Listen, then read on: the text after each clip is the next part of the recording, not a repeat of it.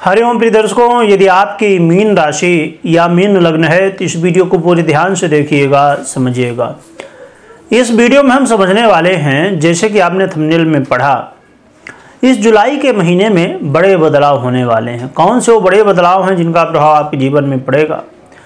ये जुलाई का महीना आपके लिए कैसा रहेगा? नवग्रहों के क्या परिवर्तन होंगे, उनका क्या प्रभाव होगा? क्या योग संयोग बनने वाले हैं? क्या उपाय करने चाहिए? क्या समस्याएं हैं और उन समस्याओं से कैसे बचना चाहिए? क्या लाभ मिलने वाले हैं? सभी कुछ हम जानेंगे। परंतु सबसे पहले हम जान लेते हैं ग्रह स्थितियों को। तो सूर्य की बात करें तो ये 16 जुलाई को कर्क राशि यानी कि चंद्रमा की राशि में प्रवेश कर जाएंगे और चंद्रमा खुद सवा 2 दिन में अपना परिवर्तन करते रहते हैं। मंगल की बात करें तो मंगल 12 जुलाई को वृषभ राशि शुक्र की राशि में भ्रमण करना, गोचर करना प्रारंभ कर देंगे। बुध की बात करें तो ये 19 जुलाई को सूर्य की राशि सिंह राशि में प्रवेश कर जाएंगे। और देवगुरु बृहस्पति की बात करें तो देवगुरु बृहस्पति वृषभ राशि में गोचर कर रहे हैं। शुक्र 6 जुलाई को ही कर्क राशि में प्रवेश कर जाएंगे और शनिदेव कुंभ में गोचर कर रहे हैं। राहु मीन में और केतु कन्या में गोचर कर रहे हैं। तो ये है ग्रह स्थितियाँ। आइए समझते हैं कि इनसे कुछ योग भी बनने वाले हैं। तो योगों की बात करें तो विशेष रूप से वैभव योग और औदर योग का भी निर्माण होने वाला है और भी कई सारे योग संयोग संबंध बनने वाले हैं। तो सभी का क्या प्रभाव होगा, आइए समझते हैं।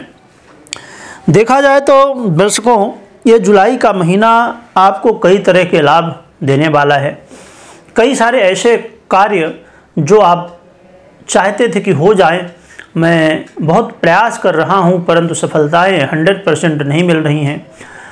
कोई भी काम आपके जीवन में आप कई बार ट्राई कर रहे हैं परंतु उसमें आप 80%, 90%, 99% तक जाते हैं, थोड़ी सी कमी रह जाती है और उसकी वजह से आप सफल नहीं हो पाते हैं। परंतु ये समय होगा जिसमें आपको सफलताएं देखने को मिलने वाली हैं। इस समय आपके जोश में वृद्धि देखने को मिलेगी और इस समय एक बात का विशेष रूप से ध्यान भी रखना होगा, क्योंकि ओवर कॉन्फिडेंस इस समय अवश्य देखने को आपके अंदर मिल सकता है। ये चीज़ आपको कंट्रोल में रखनी होगी। भाई बहनों के साथ यदि अनबन की स्थिति बनी हुई थी, वाद विवाद की स्थिति बनी हुई थी, खासकर छोटे भाई बहनों के साथ, तो ये दूर होने वाली है। और यदि आप कोई परीक्षा प्रतियोगिता में हैं, कोई कंपटीशन में है, वहाँ पर आपकी विजय हो सकती है।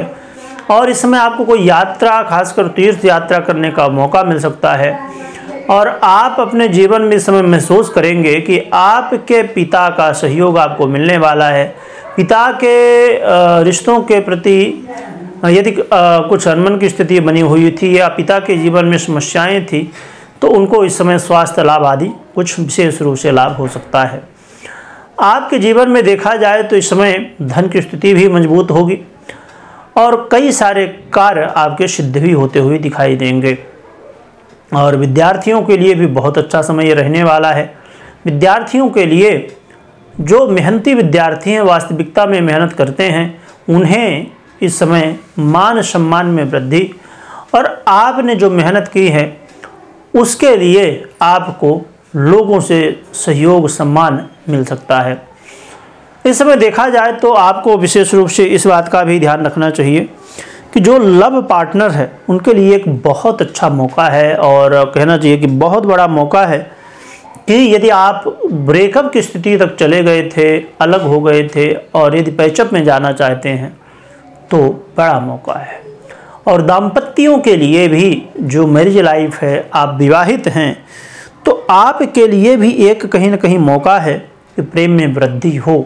हाँ, परंतु अचानक वाणी की वजह से कुछ सावधानियां भी रखनी चाहिए, क्योंकि अचानक वाणी में कुछ परिवर्तन देखे जा सकते हैं जो कि काफ़ी ज़्यादा कंट्रोल तो हो जाएंगी स्थितियाँ, परंतु फिर भी सावधानी के रूप में आपको इसका ध्यान रखना चाहिए। तो देखा जाए तो ये जुलाई का महीना प्रिय दर्शकों मीन राशि या लग्न वालों के लिए बहुत महत्वपूर्ण है, कई लाभ देने वाला है, तो कुछ सावधानियां भी हैं। अब कुछ लोगों का कहना हुआ करता है कि आप किसी भी महीने को एक रूप में बता दीजिए, ये महीना अच्छा है या बुरा है।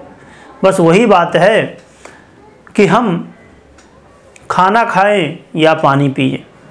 भाई खाना खाओगे तो पानी पीना पड़ेगा, तभी काम चलेगा।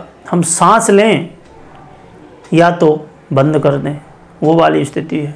तो ये शरीर बिना श्वास के भी नहीं चलेगा और श्वास भी बिना शरीर के कोई मतलब की नहीं।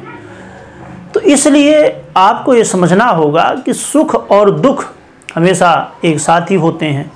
कुछ लाभ है तो कुछ समस्याएं भी हैं।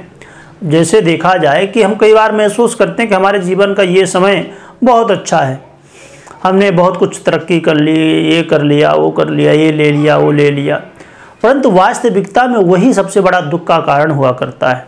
क्योंकि जब आप कर्म करते हैं और उसका फल आपको प्राप्त होना शुरू हो जाता है, यानी कि आपने जो कर्म किया है उस सुखों के रूप में आप घर ले रहे हैं, गाड़ी ले रहे हैं, बंगला ले रहे हैं, आपको सफलताएं मिल रही हैं, आपको मान सम्मान मिल रहा है, ये आपके कर्मों का ही तो फल है।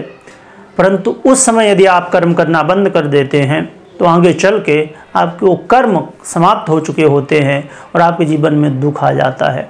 इसीलिए अक्सर दुख का कारण सुख हुआ करता है और सुख का कारण दुख हुआ करता है।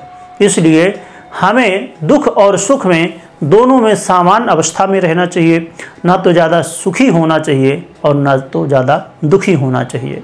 बस आप अपने कर्म करते रहिए और भगवान के भरोसे छोड़ दीजिए, क्योंकि कर्म फलदाता तो वही है। तो कर्म प्रधान है ये हमारा जीवन, इसे हमें कर्म प्रधान बना के भी रखना चाहिए। करते जाइए, बस कर्तव्य करिए और सब छोड़ दीजिए चिंताएं। क्योंकि अक्सर मीन राशि या लग्न वाले दुविधा में होते हैं, तो इस दुविधा को छोड़िए, इस भ्रम की स्थिति से बाहर निकलिए।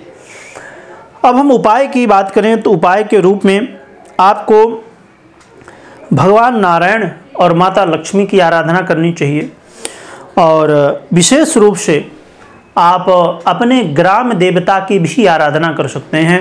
आपके जो ग्राम देवता हों, अब ग्राम देवता का मतलब ये नहीं कि खाली जो गांव में जो होते हैं वो ग्राम देवता तो होते ही हैं। यदि आप किसी शहर में भी रह रहे हैं, वहाँ के भी वो ग्राम देवता होंगे। तो यदि नहीं जानते हैं तो पता करिए और उनकी भी आराधना करिए, उनसे आशीर्वाद लीजिए, और भी ज़्यादा लाभ आपको मिलने वाला है। तो अपने ग्राम देवता की जयकारा कमेंट में लगाइएगा, बताइएगा आपके कौन से ग्राम देवता हैं, कौन कौन लोग अपने ग्राम देवता को जानते हैं। और साथ में जय लक्ष्मी नारायण भगवान भी लिख सकते हैं। वीडियो देखने के लिए बहुत बहुत धन्यवाद।